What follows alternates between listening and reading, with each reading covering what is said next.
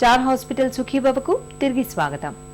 Kidney జబ్బుల్ని నివారించుకునేందుకు ఏం చేయాలి, జీవన శైలిలో ఎలాంటి జాగ్రత్తలు తీసుకోవాలి, హై బీపీ, మధుమేహం వంటి జీవన శైలి జబ్బుల బారి నుంచి కిడ్నీలను ఎలా కాపాడుకోవాలి మొదలైన వివరాల గురించి ఇప్పుడు తెలుసుకుందాం.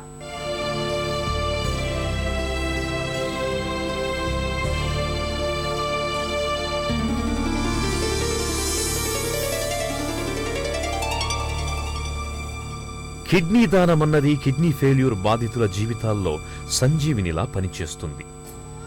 కిడ్నీ దానం వల్ల దాతలకు ఎలాంటి సమస్య ఉండదు.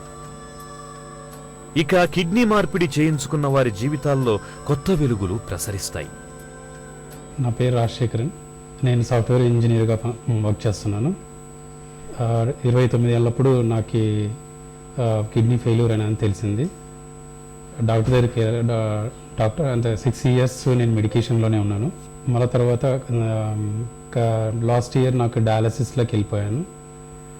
డయాలసిస్ అయిన తర్వాత చాలా డిప్రెషన్ ఫీల్ అయిపోయాను. నాకు కిడ్నీ డొనేట్ చేస్తే తప్పిస్తే నాకు మంచి లైఫ్ వస్తుందని డాక్టర్ గారు చెప్పారు. సో అప్పుడు మా అమ్మగారు ముందుకు వచ్చారు నాకు కిడ్నీ ఇవ్వడానికి, డొనేట్ చేయడానికి. సో లాస్ట్ 3 months బ్యాక్ నాకు మా అమ్మగారు కిడ్నీ ఇచ్చి నాకు పునర్జన్మ ఇచ్చారు. ఈరోజు మీ ముందు ఉన్నానంటే సో మా అమ్మగారు కిడ్నీ దానం చేయడం వల్ల ఈరోజు మీ ముందు వచ్చి మాట్లాడుతున్నాను. కిడ్నీ దానం అన్నది ఉభయతారకంగానే ఉంటుంది. కిడ్నీ మార్పిడి తర్వాత కిడ్నీని దానం చేసిన వాళ్ళు, అలాగే కిడ్నీని స్వీకరించిన వాళ్ళు ఇద్దరూ కొన్ని జాగ్రత్తలు తీసుకోవాల్సి ఉంటుంది. కిడ్నీ దాతలకు గాని స్వీకరించిన వారికి గాని పెద్దగా ప్రాణహాని లాంటివేమీ ఉండవు. మన దేశంలో కిడ్నీ వ్యాధులు అనేవి చాలా ఎక్కువగా ఉన్నాయి. ఫస్ట్ ఇది మనం అర్థం చేసుకోవాలి. ప్రతి ఒక్కరము సంవత్సరానికి ఒక్కసారన్నా ఒక టెస్ట్ చేసుకోవడం చాలా ఇంపార్టెంట్. ఇది మన ఫ్యామిలీలో ఒక కిడ్నీ పేషెంట్ ఉంటే ప్రతి ఒక్కరము చెక్ చేసుకోవాలి. మనకు అన్నీ బాగున్నాయని అనిపించినా కూడా చెక్ చేసుకోవాలి. అండ్ కిడ్నీ పరీక్ష చేసేదానికి చాలా సింపుల్.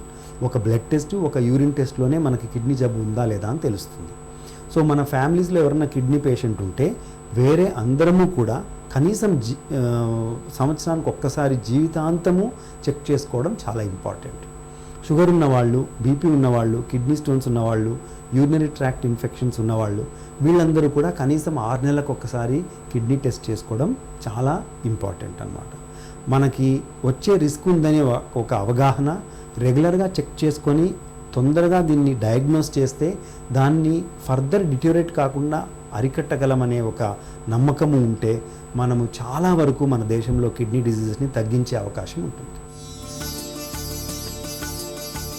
కారు చీకట్లు కమ్ముకున్న కిడ్నీ ఫెయిల్యూర్ బాధితుల జీవితాల్లో కిడ్నీ దానం అన్నది నిజంగానే కాంతిరేఖలా పనిచేస్తుంది. కిడ్నీ దానంపై అవగాహన పెంచుకుని స్పందించాల్సిన బృహత్తర బాధ్యత అందరిపైన ఉంది. అలాగే కిడ్నీలు దెబ్బతినకుండా ముందు నుంచే షుగర్, హై బీపీలను దరిచేరకుండా చూసుకోవడం, ఒకవేళ ఇప్పటికే షుగర్, బీపీలుంటే వాటిని నియంత్రణలో ఉంచుకోవడం అన్నది అత్యంత ప్రధానం. అలాగే కిడ్నీలపై లోడ్ని పెంచే అనవసర మందుల వాడకాన్ని కూడా పూర్తిగా తగ్గించాలి. తద్వారా కిడ్నీలను 10 కాలాల పాటు పదిలంగా ఉంచుకోవచ్చు.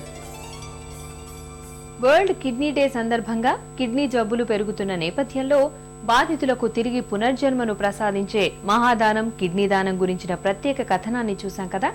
తిరిగి రేపటి సుఖీబాబాలో కలుసుకుందాం. మీకేమైనా ఆరోగ్య సమస్యలుంటే మాకు రాసి పంపించండి. మా డాక్టర్లు మీకు తగిన సలహా ఇస్తారు. మా చిరునామా Sukhibhava, ETV 2, Ramoji film city, Hyderabad 501512 లేదా sukhibaba@etv.co.in కు ఈమెయిల్ చేయండి.